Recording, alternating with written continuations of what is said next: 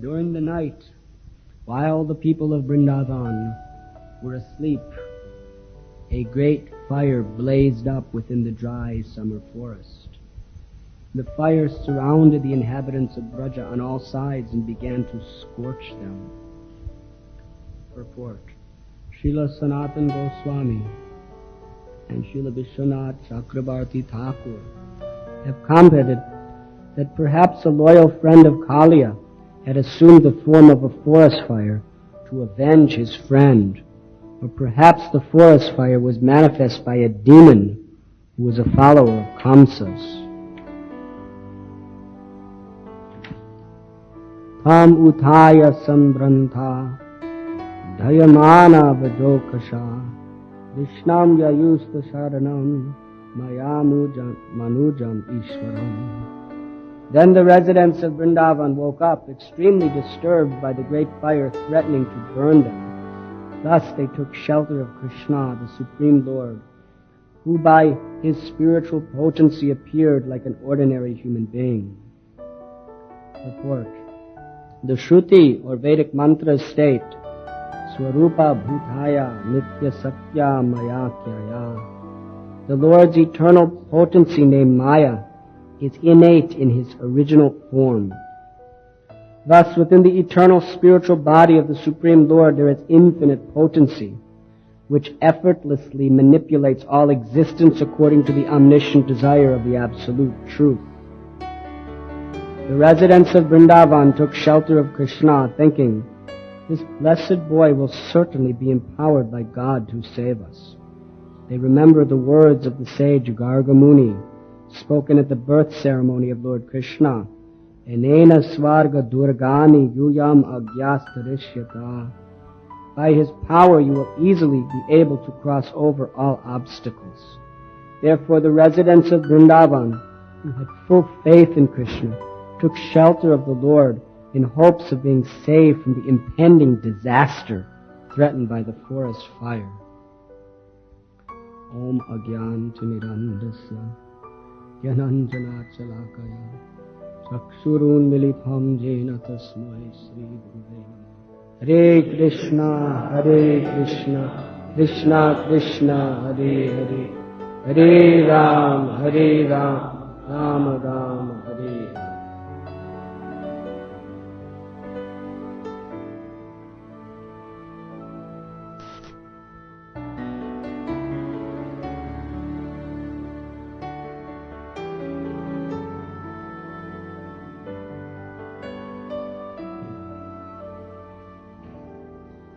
During the night, while all the people of Vrindavan were asleep, a great fire blazed up within the dry summer forest.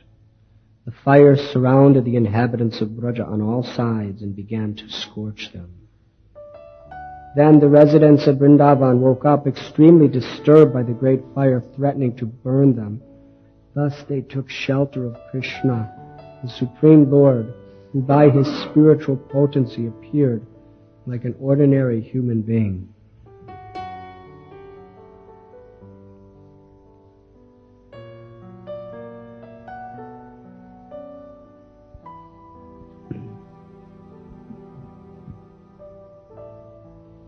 Throughout Krishna's divine Leela in Braj Bhumi, we find again and again Krishna is making wonderful, inconceivable arrangements for his devotees to always think of him, fixing their consciousness on him exclusively. Here we find what Krishna puts his devotees through. Who can understand? The residents of Braj Bhumi, they have been just suffering the terrible experience of seeing Lord Krishna in the coils of Kaliya. Before that, the cowherd boys, after drinking poison, they died.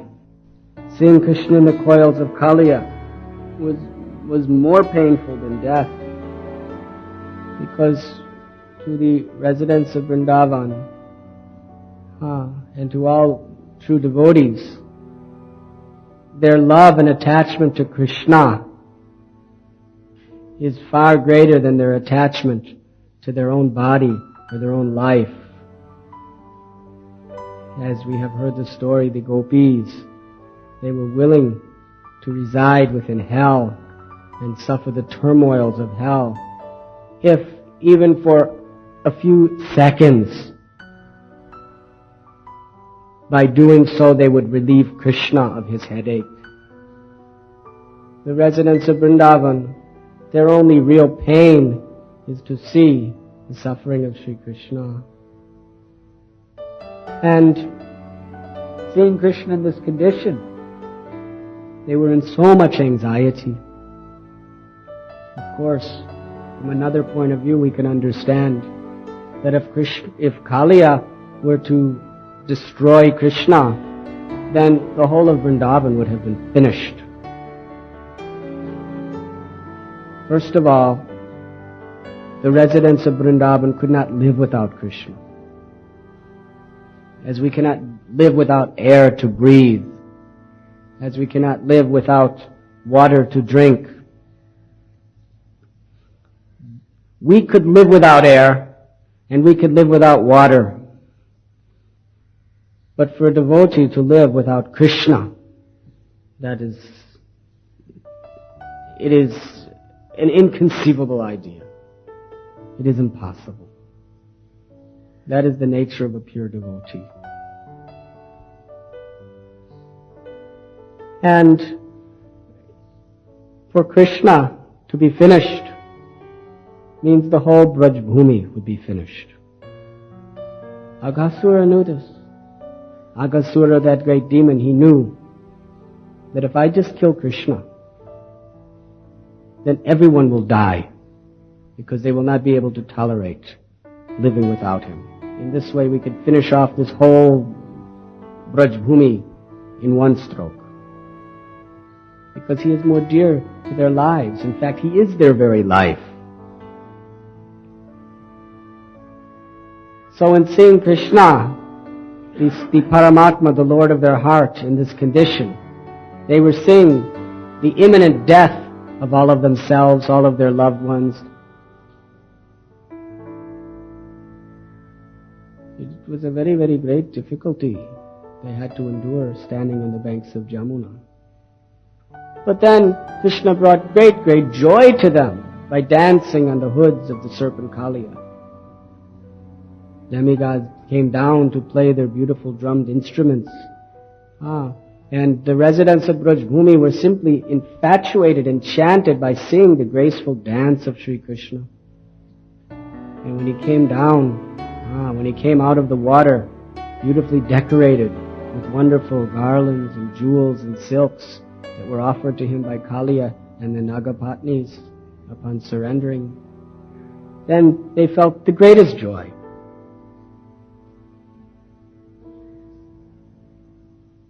They could appreciate Krishna more than ever before when he came out of this situation. And there was a great, great, wonderful festival that took place on the bank of Jamuna. And they were so blissful, so happy, so just overwhelmed with blissfulness that they decided, why even go home? This is the place where Krishna has subdued the Kaliya serpent. This is the day where we are celebrating his victory and his reunion again with us. So let us just stay here tonight. This way, they all took rest in great enjoyment. But here we find that in the middle of the night, while they were all sleeping, a great fire blazed up within the dry summer forest and surrounded on all sides the inhabitants of Vrindavan and began to scorch them.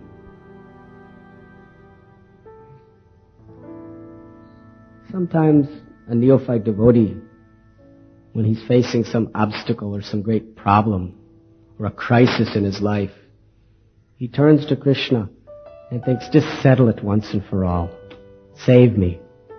And he's hoping that once this crisis is finished, then his life will be smooth till the end. But it doesn't work like that, not in Krishna consciousness. As soon as Krishna solves one crisis, he puts another one right before you. Usually it becomes worse and worse. Why? Because the more you could tolerate, the more he gives you to tolerate. He'll give you according to your capacity. And as we make advancement, we're supposed to have a greater capacity.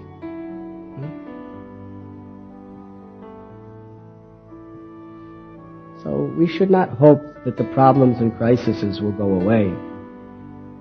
We should simply hope that we never forget Krishna, and that our devotion and our love for Krishna will expand and increase, and our service to him will increase continuously. That should be our consciousness. Here we find the Vrindavan devotees. They were just under such distress, and then they were celebrating, but how long did Krishna allow them to celebrate? Only a couple hours, and all of a sudden they're in the middle of a raging fire. If we were to experience once in our life any of the conditions of the Vrindavan devotees, we would just remember for the rest of our life, do you know what I had to go through? But the residents of Vrindavan were going through things that we can never ever even conceive tolerating every day. Every day demons were coming. It is described here by Sanatana Goswami and Vishwanath Chakravarti Thakur that perhaps it was a friend of Kaliya that took the form of a fire to revenge them and to burn them. This is material life. When you undergo some attack by someone, if you are defeated, then those who have defeated you simply want to continue to just trample upon you to keep you down. They will never give you peace. It's not that you're defeated and then you could live happily ever after. When you're defeated by an enemy, then they want to constantly suppress you to make sure you never come up. They want to constantly destroy your good name and fame, destroy all your facilities to ever come back. So in this way, once you are defeated, it's a never-ending saga of persecution and duress upon our life. And if you are victorious, even if you defeat your enemy, then all of the colleagues and the friends and the associates and the affiliations of your enemy, they will be constantly plotting and planning to destroy you, to get revenge. In this case, you constantly have to be on guard. There's never any peace. So where is there peace in this world? If you win, you constantly have to be on guard, battling to protect what you have won. And if you lose, you're constantly being beaten down to make sure you never come back up.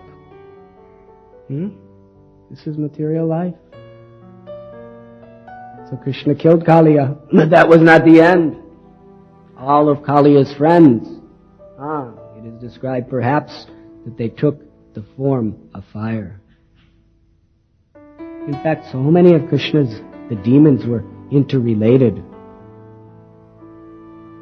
Putana, Bakasura, Aghasura, they were all brothers and sisters. When Krishna killed Putana, Bakasura said, I can't tolerate this. He has killed my sister, my beautiful, loving, chaste and faithful sister. He must be destroyed. And then Krishna killed Bakasura, and Aghasura was thinking, what nonsense, he must be killed. My brother, who's such a nice gentleman, and so pious and so good, I must take revenge. This demon Krishna, he has killed him. And then Aghasura, Krishna killed. In this way, we find throughout Krishna's Leela, throughout all situations in this material world, there is always this confrontation. So Krishna, He wants to make sure his devotee is always increasing his love and devotion. He will never allow you to be stagnant, because love is never stagnant. If love is not expanding, then it diminishes. It cannot remain in one level. Krishna is always eternally bringing our love to higher and higher and higher platforms, if we simply allow him to do so. But an insincere devotee who really has no desire to surrender, that person just wants everything just the way we want it, so that I can just be on my level of Krishna consciousness and just remain here and try to be peaceful. Isn't this our tendency? All right, let's get all these problems out of the way. Let's solve this crisis. Then I can just be peaceful and just remain where I am in my Krishna consciousness. This is the tendency. Lord Jesus Christ, he said, either you be hot or you be cold. But if you are lukewarm, I spit you out. And the tendency of every neophyte devotee is to be lukewarm. That I'm chanting my rounds every day, and I'm following the 4 regulative principles. And I have a nice little home, and I have my children, or I have my nice little space in the brahmachari ashram, and everything's actually all right. I will just continue on like this, very nice. I don't want anything else to happen. Let everything be as it is, and I will be content. This is the nature. We want to be lukewarm. But when a crisis comes in our life, you cannot be lukewarm. You have to get either hot or cold to deal with it. You have to surrender to Krishna. You have to helplessly, hopelessly cry out for his mercy. You have to fight. You have to fight against Maya. You have to fight against Maya's agents. If you're not fighting, you're being defeated. This is a fact. That this world is a battle. Maya is always attacking us at every moment, whether we know it or not. If we do not know it, that means we are in illusion. If we know it, that means we're awake. Maya is always attacking us. And if we are not fighting, that means we are losing ground. Maya is there, trying to steal away your enthusiasm for devotional service through so many means, through so many tricks. And she's so subtle, she is so thorough, that she can be defeating us, and we do not even know that she's there. Like a disease, like this AIDS virus. You get it. You don't even know you have it. But it's just eating your body away from inside. It's just little by little,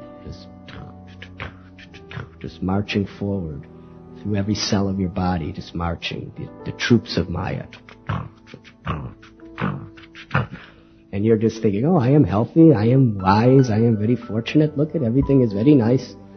And pretty soon, the virus just has completely conquered everything, and then you can't even turn back. And then you realize, I've had this for 10 years, and I didn't even know it. Now I'm thoroughly defeated.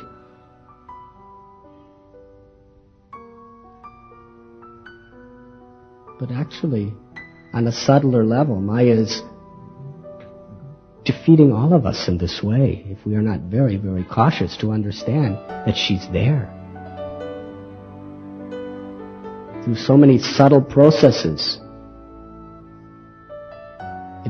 in a very innocent way, she just creeps into our life, and she just little by little takes more and more and more and more of the property of our consciousness. And by the time we know it, she's already put her flag right in our heart. She's taken possession.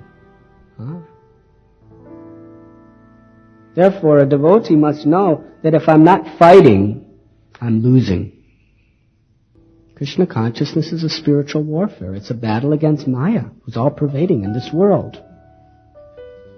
So therefore, a devotee of the Lord is most fortunate when Krishna arranges his life or her life in such a way that we never become complacent.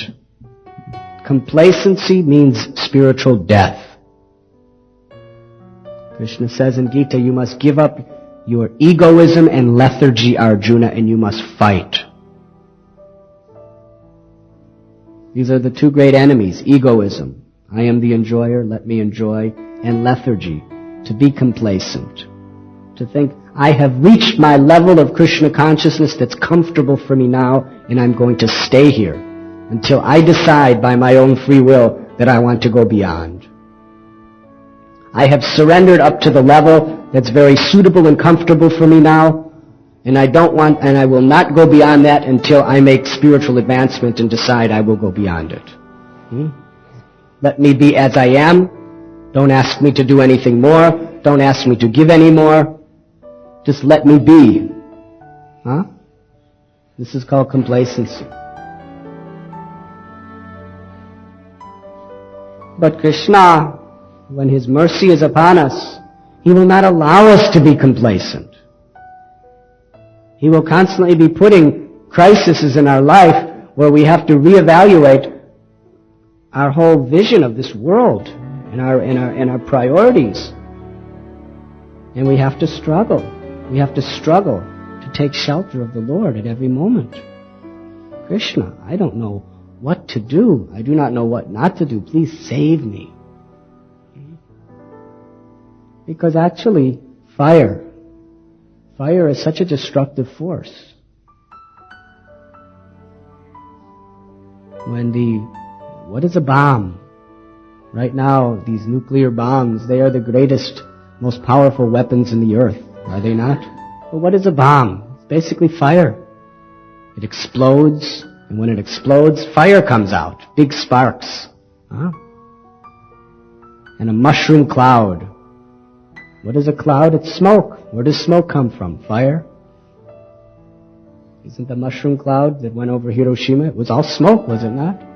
There's a saying, where there's smoke, there's fire. So the more smoke, the more fire.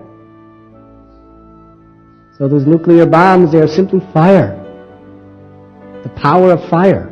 And what is fire? It's just one of the elements of Krishna in its natural, purest form. Any one of the elements that Krishna has created can destroy the entire world.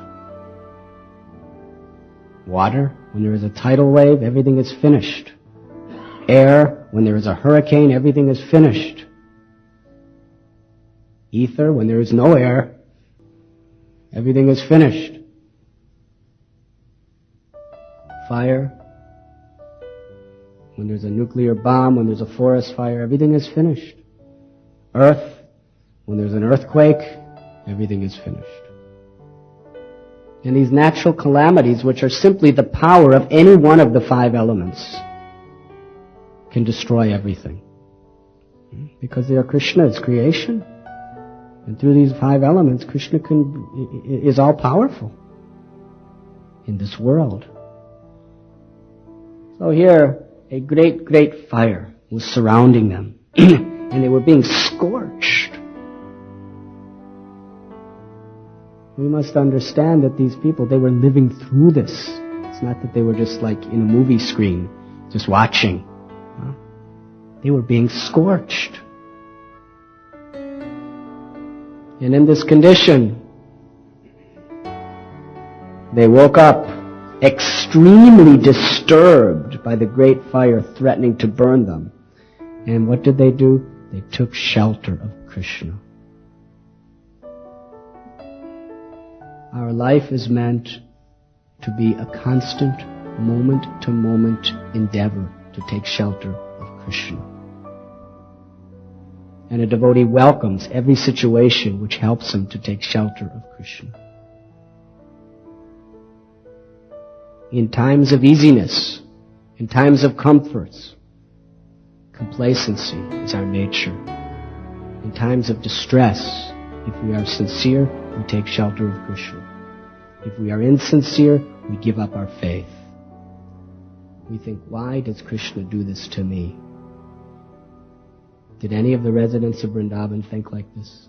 Why is Krishna doing this to me? They were just thinking, Krishna, you are our only hope. You are our life and soul. Only you can save me. This is Krishna consciousness. We must be enthusiastic. We must be determined. We find so many times older devotees, they lose their taste for Krishna consciousness. So many times older devotees who have been around 15, 20 years, they just don't care really to get up for Mangal Arati. They don't care so much to chant their rounds. They don't care so much to listen to anybody, to surrender.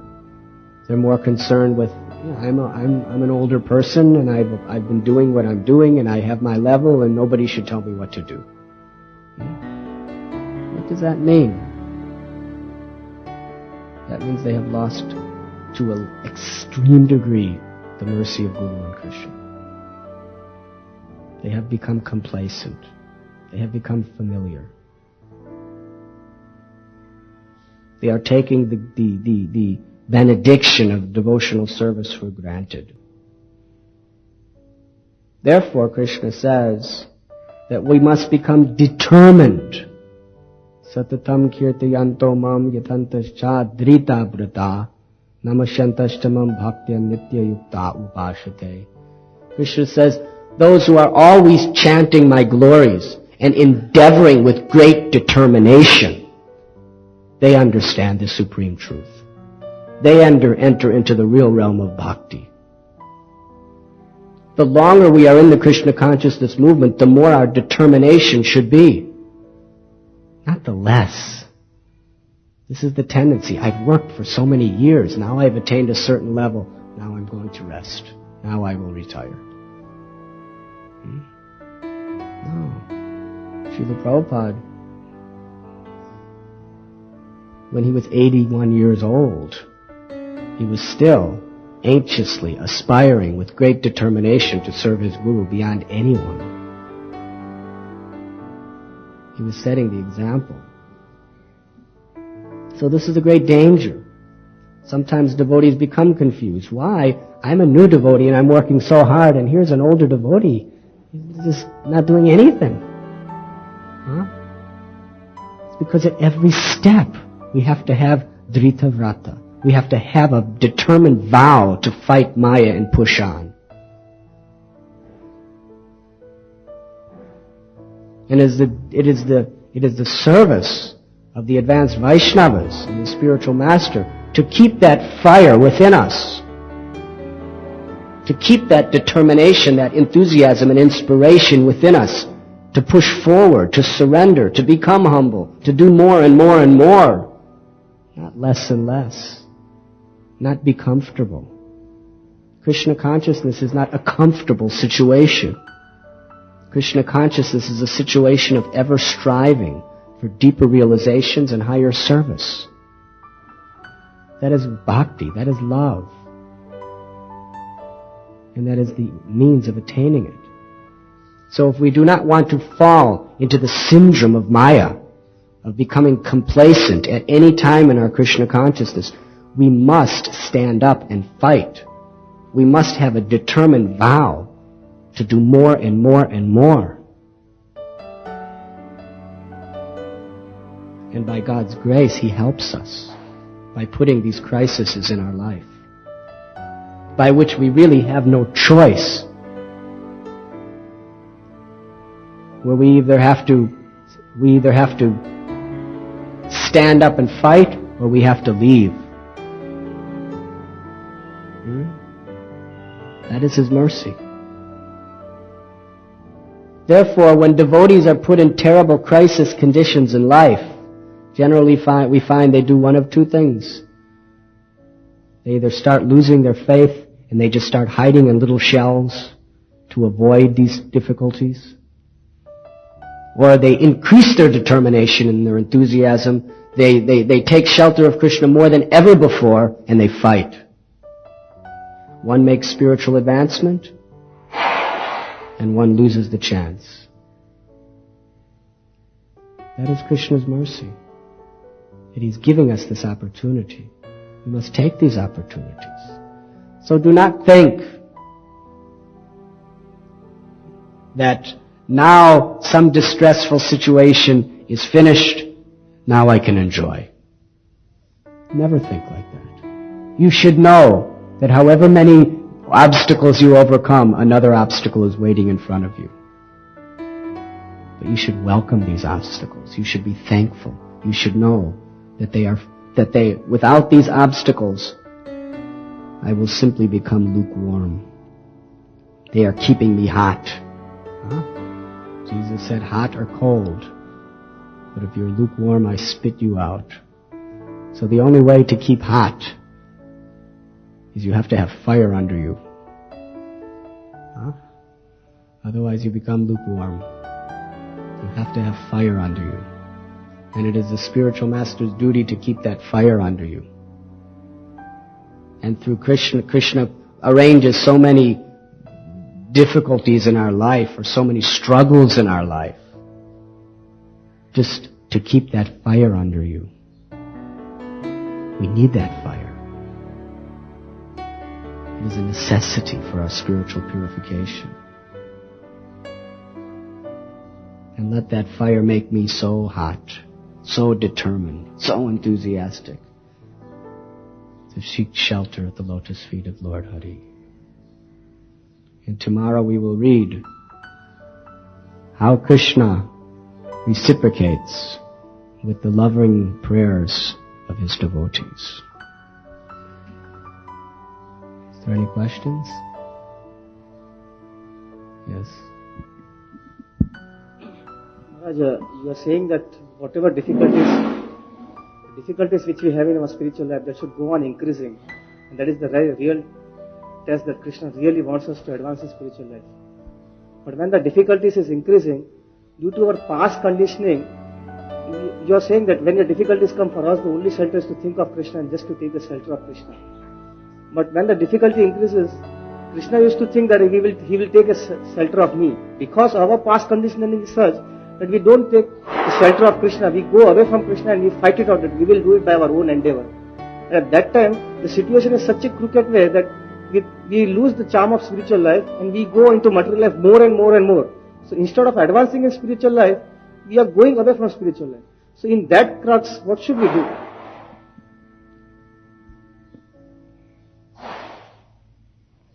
If you hear the Srimad Bhagavatam every day with a submissive heart in the association of devotees, then you will understand the proper process of dealing with the struggles of this world. If you are not sufficiently hearing and not sufficiently associating with advanced devotees, then our own conditioned nature will take control of our lives. But through that association, we will be nourished with the proper intelligence to know Krishna's mercy, to identify it for what it is, and to appreciate and to surrender to it.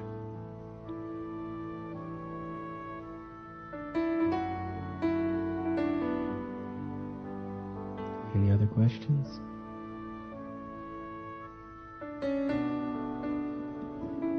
Maharaj, it is said that those who are attached to material opulence, the examination is very difficult. Like, how is that? Bhogaishvaya prasaktanam taya parita chetasyam vyavashayatmaka buddhiya samadho navadiyate. For those who are too much attached to sense enjoyment and material opulence, the resolute determination for devotional service cannot take place. Because what does it mean to be attached to sense enjoyment and material opulence?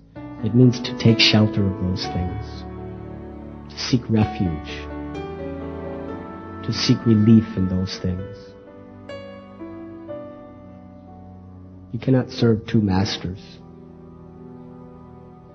Tani saravani samyamya yukta asita vatpara vasehi asyandriyanita pragya pratishtita.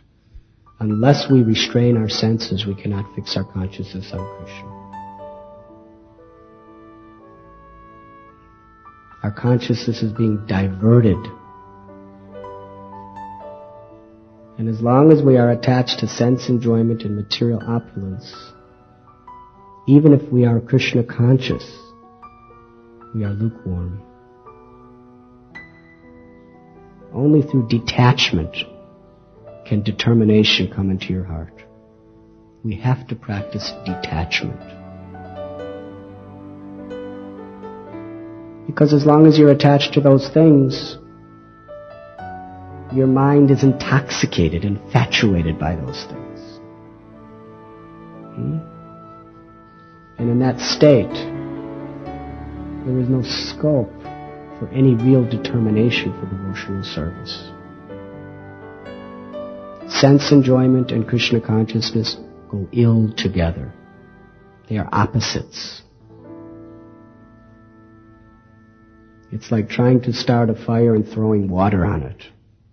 The fire will never grow as long as you're throwing water on it. We're trying to develop our determination for devotional service. Detachment is like wood, and attachment to sense enjoyment is like water. It's exterminating all of our spiritual qualities.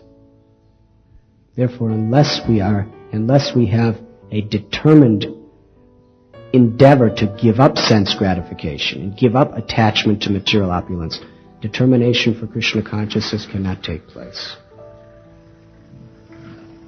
So a devotee is always striving to control all the senses on all sides by the mind.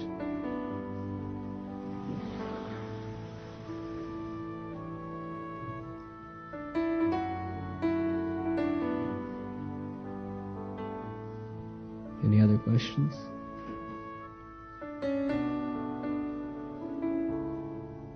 Yes. Today you have raised a very important question about people when they are getting older.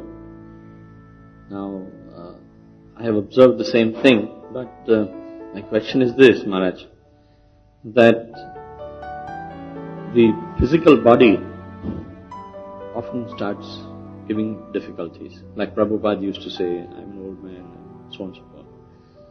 So, should we be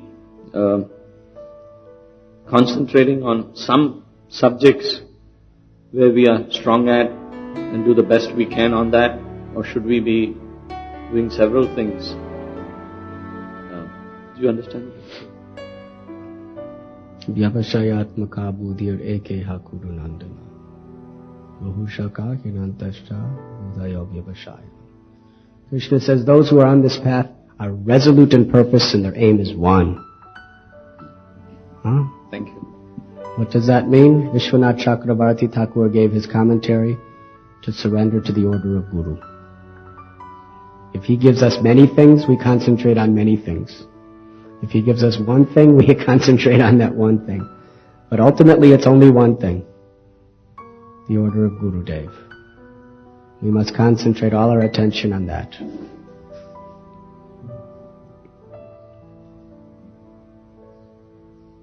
Any other questions? Maharaja, in this material life, those people who are not a... Just like in the ISKCON movement, Srila Prabhupada ordered all of his devotees to preach, to spread this preaching mission. But the tendency of many, when they got a little older, now I want to be comfortable. Now my body is a little older, I need more comforts, I need more rest, I need more this. And the whole preaching spirit was so much diminished. But those who just kept preaching, assisting in any way in the preaching mission, they just make more and more and more advancement. They're on fire. 20 years later, they're on fire to preach. If we give up the mission, if we give up the endeavor for this preaching mission, then we become complacent. Then we lose our Guru's mercy. His mercy is in his instruction. Srila Prabhupada used to say, do as I am doing. Preach till your last breath. And we're thinking, now I'm 40 years old. Now I preached when I was young. Now I should just settle down and start making some security for my future.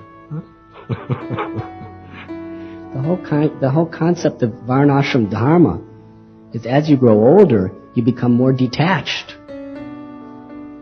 You start seeking less and less security in material things and more security in God. That's the whole concept of Varnashram Dharma.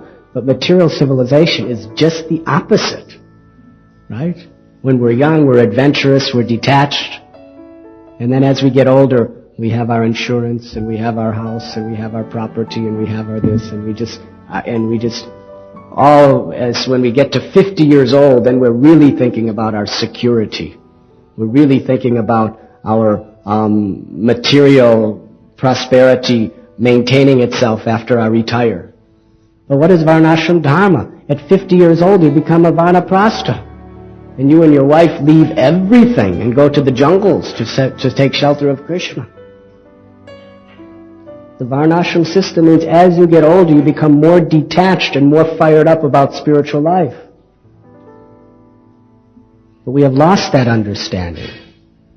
We think, as I get older, then I should just start thinking in terms of a nice, secure way of maintaining myself and being comfortable and being provided for. Huh? But that is an illusion. Krishna consciousness means whether you're a brahmachari, a grihastha, a vanaprastha, or a sannyasi, Krishna consciousness means a constant struggle for more and more and more detachment. We know that death is coming closer, and we should become more and more and more detached as we are approaching that final destination. What does it mean to be detached? Srila Prabhupada came to America with nothing. He was detached. And when he left this world, he had tens and millions of dollars worth of property under his control. So is that detachment? Yes. Because he wasn't using any of it for his own sense enjoyment. He was just struggling just to preach Krishna consciousness. And whatever facilities he had, he just used it for more and more Krishna consciousness. So we must understand, what does detachment mean? It doesn't mean just giving away things. It means giving up our own selfish motivations and using everything for Krishna. And struggling to do more and more seva for Krishna. Till the day we die, we must be struggling for this. There's no question of retiring in Krishna consciousness and just saying, oh, now everything is all right. To our last breath, we are struggling to do more for Krishna, to give more to Krishna, to keep less for myself. That is the battle.